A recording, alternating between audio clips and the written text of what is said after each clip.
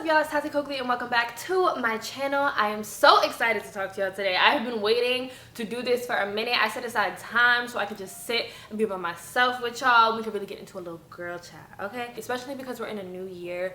I want to make sure that you feel capable of becoming the woman that you want to be, okay? Let's talk about how to date yourself, how to become in your feminine era, a little bit of a villain era. We'll get into that. All of the girl things, okay? We're gonna have girl chat today. I get a lot of y'all DMing me or commenting or sending me emails about the things that you feel about yourselves or the things that you're going through. And I just feel like, let me get you out of it. I have been there, done that, struggled through it, and so I want you to know you're not alone. I want you to know you're gonna get through the other side. You're gonna be that girl because you are that girl now. You just don't see it. I see it, but you don't see it. I'm gonna get you to see it. So let's just get right into it. We got a lot to talk about. But first, if you have not subscribed to my channel, make sure you do that. We would love to have you in the family. All right, let's get into it. Okay, something that I always tell women as far as becoming who they want to be, stepping into their feminine power, all of those things, is you have to date yourself first, which means decentering men from your life, okay? Woo! Don't come for me. I know it sounds crazy, but it really matters. It's something that I literally stand by. Let me tell you why. Let's talk about something that I've talked about before. As women, typically, a lot of times we are told to pour into our men, and typically women ask for very little in return, right? I want to talk about what that causes. What you're doing is you're pouring your cup into another's, right? Thinking, oh, I'm pouring into this man, I'm giving him all my love, I'm just devoting myself to him. As you're doing that though, you're not realizing that what you're pouring into is a strainer, okay? It has holes at the bottom. None of it is being retained, none of it is being transformed, none of it is being held, none of it is being seen, none of it is being appreciated, no nutrients are being kept, it is being strained. And now your cup that you're pouring from is empty. And once you've given all your love, you said, oh, I got nothing left to give. Okay, what's in your cup? And you look, and there's nothing. It's gone, because there's holes at the bottom. The point I'm making is, when choosing a partner, you must know that their cup is solid at the bottom. Meaning, this person is solid within themselves enough to show up in solidarity for you. You need to have a solid foundation in a partner before you try to build a solid foundation together, because you cannot do that. Your cup will continuously pour into a strainer, and that strainer will have nothing to pour back into you. So what foundation can we build with that? We're left with nothing. This person is leaving the same that they came. Nothing in their strainer, but you're leaving empty. Sometimes as women, we feel fulfilled just to have a partner, right? Let's talk about why there's such an importance on being in a relationship, on being a wife, on that. Okay, because that's a big part of why women don't date themselves first, is they want to date somebody else first, because there's some type of status in that, there's some type of fulfillment in that, there's a void fill in that. So let's talk about that. Have y'all ever watched like Real Housewives or any reality show, and sometimes they be getting into it, right? They be fighting, and what's something that they always throw out to a woman? But where's your ring? But you don't have the ring though, da da da da da, right? Like, I'm a wife and you're not, and therefore you are beneath me. Typically, women love to do that. Why? Because society ingrained us that being a wife is what we should strive for. But let me tell you something. Society did not ingrain men to strive to be a husband. So let's remind ourselves of that before we throw that out. First and foremost, society tells men to strive for success. Let's not make that the most interesting thing about ourselves. The most interesting thing about you, married or not, is not that. It's not your relationship status. It's who you are. It's what you stand for. It's what are your morals? What are your interests? What are your passions? It's not who you are to someone else. As women, sometimes we devalue ourselves because when we make being a wife the most important thing to ourselves, it means who we are comes second. Who we are to someone else, who we are to a man, comes first. Who we are to ourselves comes second. And that's where we devalue ourselves, because who you are to you means more than anything in this world, and you showing up for you will allow you to show up as a better wife to a partner, to show up as a better friend, to show up as a better sister. As women, we typically center men around our lives and say, well, if I just become a wife, so much more important than that. You are so much bigger than that. And once you see that, that wife title will probably come a lot easier. Once you focus on showing up as that in yourself, you're so much more interesting than a title to somebody else. First of all, when you think of a wife, right? If you are somebody who thinks about this, right? Like, once I'm a wife, or once I'm a girlfriend, or once I'm a this, What qualities do you attribute to that makes you think that it's such a big thing? Get underneath that. What is under that? Yes, she's a wife and you admire that. Why? What is it? Well, she must be really attractive. Well, she must be really desired. Well, she must be a great girlfriend. Well, she must be a great woman. She must be worthy. She must be enough. Both of the things that you have underneath those titles. So my question to you is, why do you take them from yourself? Why are you not worthy? Because a man hasn't deemed you to be so? Why are you not enough? Because a man hasn't deemed you to be so? Why are you not a great woman? Because a man hasn't deemed you to be so? You deem yourself of these things, and that is what attracts the man to you. Let's talk about it. The energy that we see ourselves in sometimes is the energy that others see as well. When you see a man that's the loudest in the room, that needs all the attention, cracking all the jokes, all of those things, right? What do you think of him? Insecure. Right? That's how he sees himself. And so his behavior projects insecurity. So you see him how he sees him. He doesn't even realize it. So with you, it's the same way. When you see yourself as, well, I'm less worthy because I'm not a girlfriend and I'm not a wife. Well, I'm less than enough because I'm not a girlfriend and a wife. Don't deem yourself as less worthy in the eyes of others because you don't see it in yourself. You have to see that in yourself when you want others to see that in you. You have to show up as, I am enough, and I'm going to make sure if y'all don't know it, I know it. Because as you do that, it attracts that to you. We are magnets as people, right? And so if I want someone to feel like I am enough, I'm going to tell myself I am enough. I'm going to show up as enough so I can pull more of that energy towards me. What I'm not going to do is show up with my shoulders down, show up as insecure, show up as I'm not enough, because what will that do? Pull more of that towards me. And typically when we end up in toxic relationships or relationships where someone is not treating us the way that we deserve to be treated, they're insecure as well. And so what did we do? We magneted towards each other. We chose this insecure person just because we wanted to be somebody's girlfriend so bad. We wanted to be chosen so bad, we let anybody choose us, okay? And when you do that, you end up magnetizing that desperation. When you deal with a man that's super toxic, super insecure, controlling this, and that, right? Obviously, it's because he's insecure. So when he treats you bad, he treats you how he sees himself. He sees himself as less worthy, so he treats you that way. He's projecting that. And for you, you see yourself as less worthy, so you allow it, okay? That's why you two pull together like glue. That's why you are magnetizing, because the insecurities are just swirling between the two of you. Now, when you want a man of confidence, when you want a man to admire you, when you want a man to respect you, that man is confident in himself. He is never intimidated by you. That man knows himself. He doesn't need a bunch of other women. That man values himself, so he values you. Know where that comes from? You valuing yourself. He sees it in you. He admires it in you. You show up as, I value myself in all parts of your journey. Let's talk about that as well. So a lot of times women will say, oh, well, I don't value myself right now, or I'm not really confident right now because I don't have this, or I'm not this, or I don't look like this. Baby, you are you. Your journey is beautifully and perfectly made for you. If you aren't X, Y, and Z right now, show up as them. If you are insecure about something that's like, for example, if I was just bigger chested, this is a great example today, first of all. If you were to say, oh my gosh, well, if I just had more in my chest, I would just be more confident in myself and I would just be that girl and I would show up as her. Baby, you better force yourself to love what you have going on in whatever way that you can, and let me show you how. With myself when I was younger, right? I told myself if my chest was just bigger, I would just be happier and I would just be so confident. I heard this and I was telling myself this. I was telling myself this spell, okay? The words that we tell ourselves are spells. That's why it's called spelling, okay? So what you tell yourself is what you're feeding yourself. It's what you're ingesting. It's what you're hearing. For example, when people are trying to bulk up and they're working out, right? They eat more protein. That's what they're ingesting, and then they physically see it. It physically manifests. Their muscles get bigger. They get heavier, right? So for you,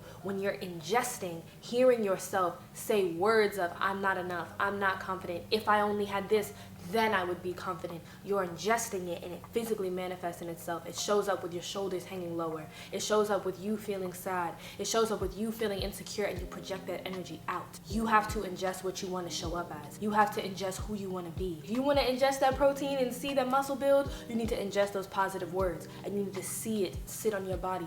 The positive affirmations of, I am enough. I may not be where I want to be, but I'm exactly where I'm supposed to be.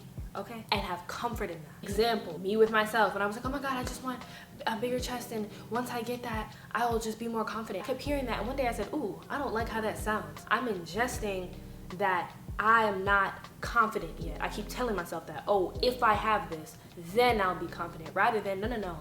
How can I show up as confident right now? You know what that meant? Okay, I'm gonna find ways to love this insecurity. I'm not gonna wear the biggest bra. I'm not gonna find the most covered up shirt. I'm gonna start wearing things that highlight that I don't have that, because eventually I'll start to find the beauty in it. When people go to art galleries, right, and they stare at something for a long time, let's say they don't understand the painting, and it's like, oh my gosh, I just don't get this painting. The longer they look at it, when they tilt their head a little bit, when they shift their perspective, when they take a step back and they look at the painting a little bit bigger, it's like, ah, there's the beauty in it. Ah, there's the story. I see it. But when you're so close to something and you're just squinting, you can't see what's going on. You can't be too close to the art to see that it's art. You need to back up. You need to see it in its entirety. You need to turn your head. You need to shift. You need to look at it differently. Look at yourself differently. Look at that insecurity differently. I need to back up. I need to say, hold on. You know what? I like how this sits. I like how my shirts sit on my chest. You know what? I don't need that. Who said I needed that? My body functions perfectly for me. What difference would that make for me? Nothing. I am full of life, and having more of this or hips or whatever does not make me any more full of life. I make me more full of life. Amen? Period. Sometimes giving ourselves the love that we know we are missing is difficult, and sometimes showing up for ourselves the way that we show up for others can be difficult, especially when we have trauma and things behind that. So that's why I'm excited to tell you guys about today's sponsor, BetterHelp. BetterHelp's mission is making therapy more affordable and more accessible, which is a very important mission because finding a therapist can be very, very difficult, especially when you're limited to the options in your area. BetterHelp is a platform that makes finding a therapist easier because it's online and it's remote, and by filling out just a few questions, BetterHelp can match you to a professional therapist in as little as a few days. It's super easy to sign up and get matched with a therapist, and there's a link in my description at betterhelp.com/Taty. Now, clicking that link helps support this channel, of course, but it also gets you 10% off your first month of BetterHelp so you can connect with the therapist and see if it's right for you.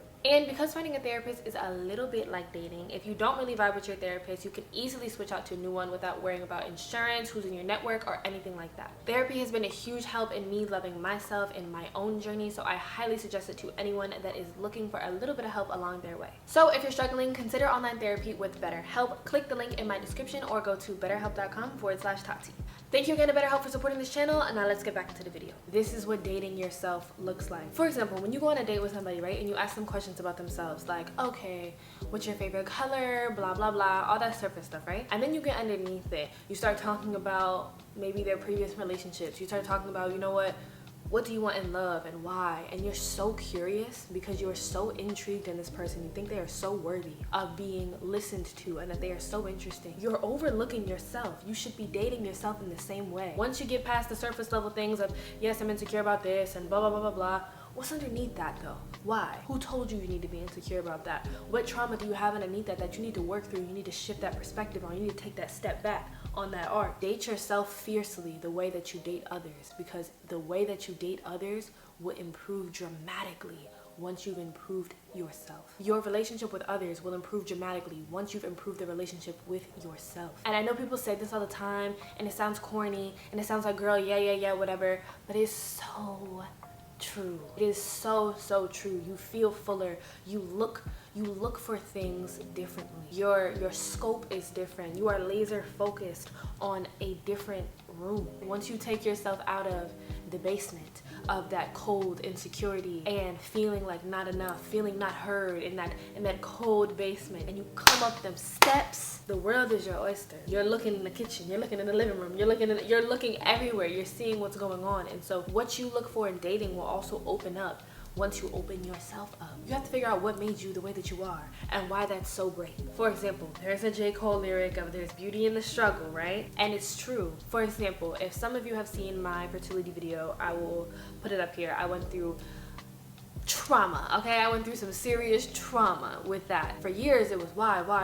And I was wearing that weight on me like a vest instead of taking the vest off and saying this is actually armor. This trauma built me into who I am, and who I am I love, I adore. I would never be this person without finding the beauty in the struggle, finding the beauty in the pain, finding the beauty in my hurt. Instead of me wearing it, instead of me saying, well, this is why I'm not enough, instead I flipped it to, and this is exactly why I am enough, okay? This is exactly why, and let me find things about myself that I love. Let me find things about myself that are so unique. Even if in the moment I hate them, I'm gonna work every day until I am so madly in love with them.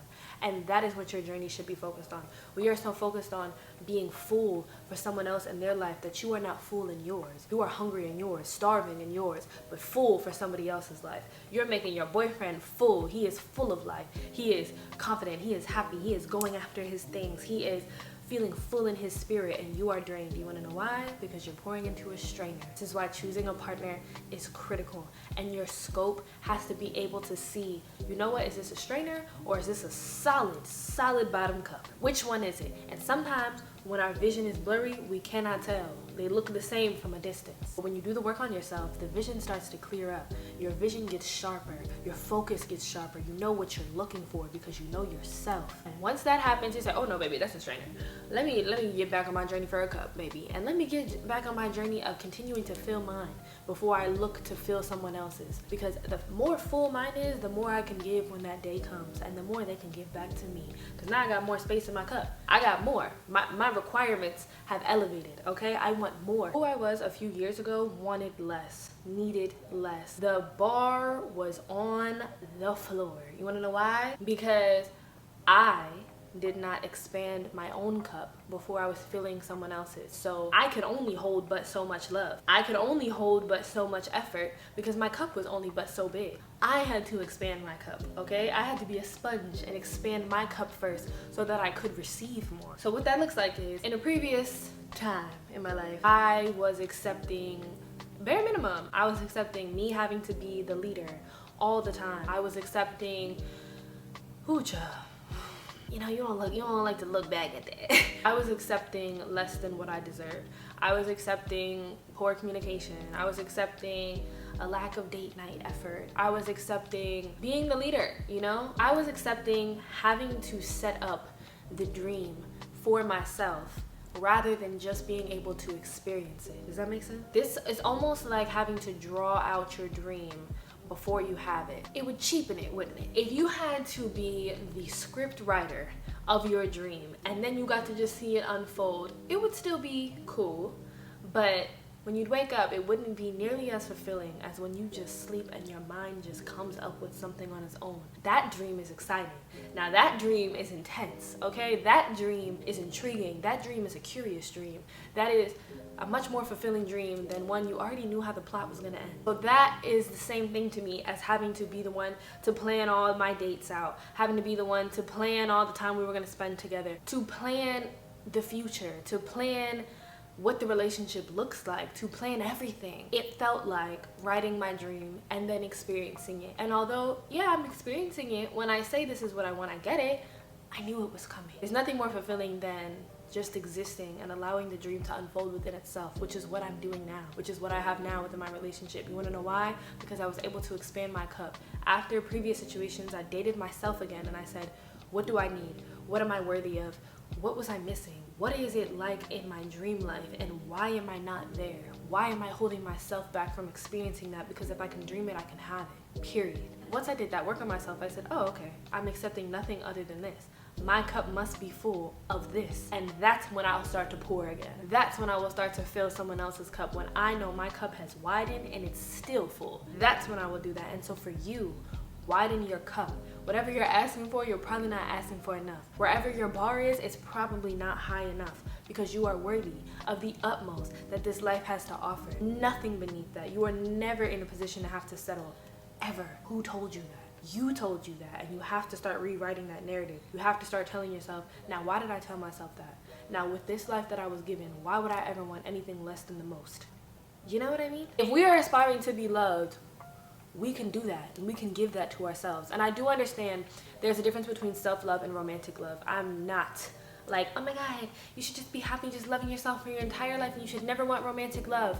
It's fair to want romantic love, but there is no love greater than the love that you can give yourself. And the love that you give yourself sets the tone for the love in your romantic relationships. Let's talk about it. You have to have a strong foundation in knowing who you are and loving who you are at every stage of who you are before you step into a relationship, because if not, you will remove yourself from the center and replace it with a man. Let's get into that. Typically, women feel like if I serve my man so good, he'll stay, I'll be the wife, I'll be a great partner, X, Y, and Z. But how do you serve someone when you haven't served yourself. What is serving someone?